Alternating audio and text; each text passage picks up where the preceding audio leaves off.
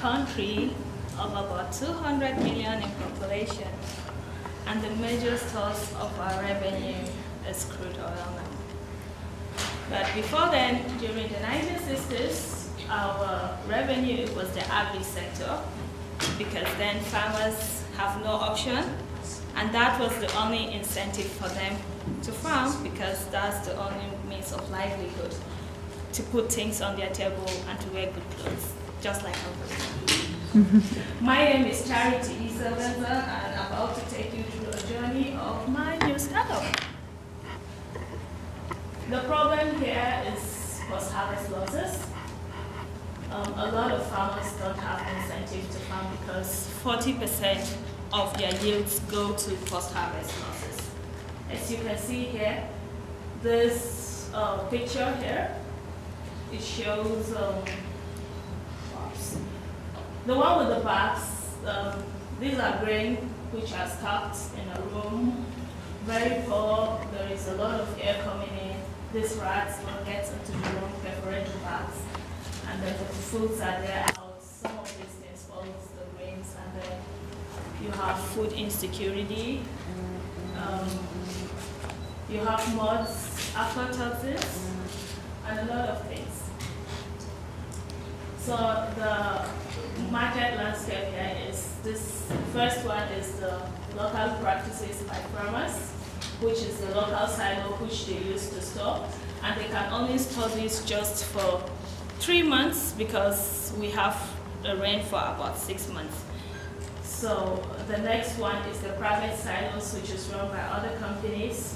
They construct this locally, but it's not efficient. And then these are government silos. They are very good. They have safety and security, but low quality of services because they don't offer extension services. And then I am there on the international silo. I have good qualities of services and safety and security because I offer extension services, such as training the farmers, giving them market information, and then I go to meet them where they are at the rural areas to keep my silos there to provide easy accessibility or reduction in the cost of transportation. So this is the solution to the problem, the silo. My target customers or the segments, they are farmers, of course.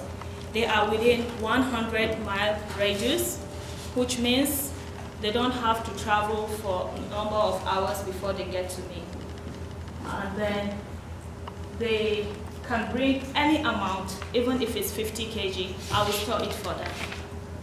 And they are the decision makers, nobody influences them, so I don't have much trouble when I talk to them. And of course, we have mutual thing. They need food security, they want their food to be stored so that they can get it back the way they gave me. They want to achieve profitability because that's the goal for any business person. And I am involved in their working process. I understand them, I ask them questions, I do things they want, and we get to flow. Then there is no certification, like if you come to me, I don't need to ask you to go and register or pay anything. You just come and we start business. So my products and services are the silos, and then I introduce the grain testing machine, or the moisture grain testing machine. So this small one, I give them, of course, as like a freebie when you come to start business with me. So it's a two-way thing. One, you have to test the grain before bringing it to me so that when I mix it up with other people's grain, it will not spoil other people's. But in order to check out what they do, I use this one to retest before I collect it. So these are the facilities. So it's a capital-intensive business. Of course, in the first phase, I need to build structures and purchase equipment. In the second phase, I need to hire employees and get advisory boards, which are the notable farmers, because people will always look up to them. And then advertisement and marketing. Then I will use this amount for maintenance. And then at the third phase, I will start my sales, which is the services I provide. I'll begin to make some money. then the last phase I want to expand. So how I'll get into it to my customers is having notable farmers, just like I said. They influence the other ones because people will say, oh, if we store our grain using silos, those people make cool money because they don't have losses. So we are going to follow what they say. So I'll organize town hall meetings and then tell them the advantages of that. The pictorial handbills for advertisements and marketing because pictures speak more than voice. The competitive comparison here. I have the greens, which means they're all rights. So the green cleans up all these reds and yellow.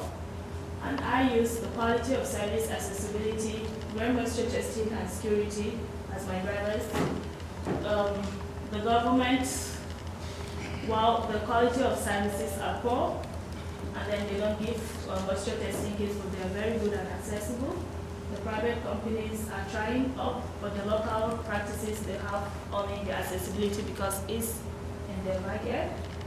The milestone so far is market survey, team creation, and then the key items we want to accomplish is the capital. Okay. So the business will need about $3,000 to build facilities, buy equipment, hire employees, and market it. Then this business has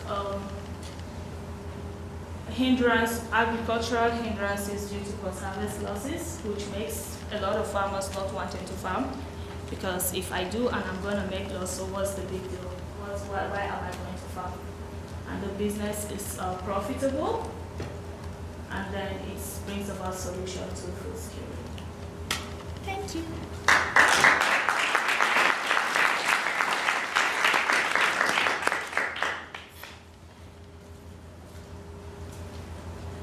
Question. Thank you.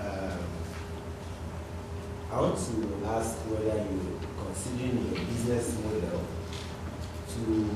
on a lean startup.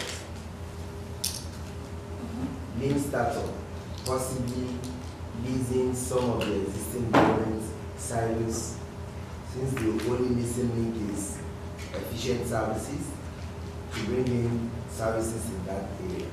And secondly, in the area where we have different type of growing species, how do you intend to manage that in the side? Like orange corn and white corn, and then putting all of that in the side, will you not make some? You have two questions. The first question is, I am not going to go to get lease for government facility because of accessibility. The government silos in Nigeria are only located in the state capital. Those only state capital, and those farmers are living in rural areas, which I said is within 100 miles.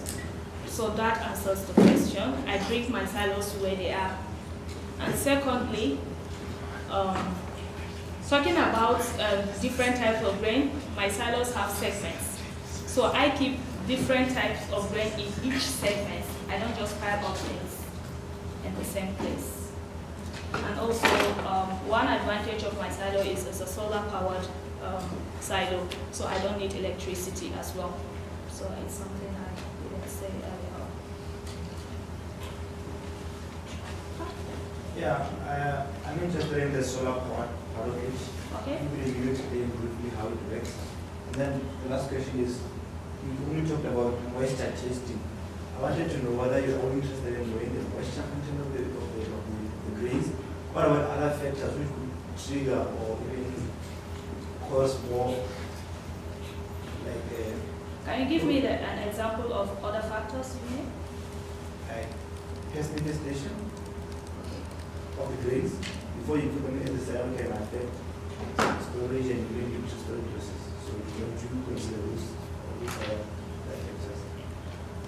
Yeah, like also issues of aflatoxin. Yeah, I talked about that. When grain is dried properly and then it gets into the silo in a good time, it takes care of all these things you're talking about. And that is why I insist immediately, those are the things I'm going to do in the town hall meetings. I'm going to insist immediately you finish harvesting, it has to be dried properly. Then they should do just the first testing themselves with that kit.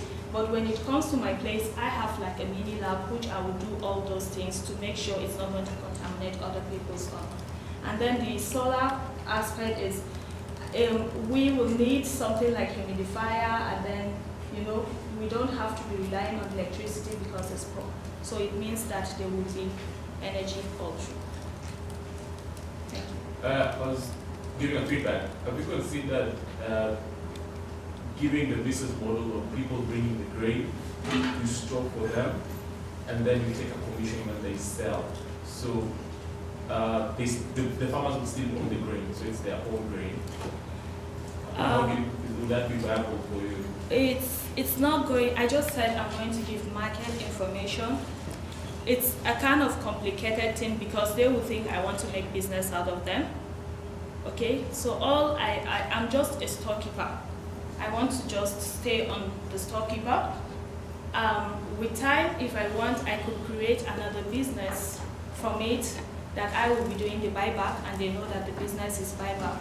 And we'll talk about that differently. But for now, I just want to be a storekeeper. Give me, come take back the way you gave me.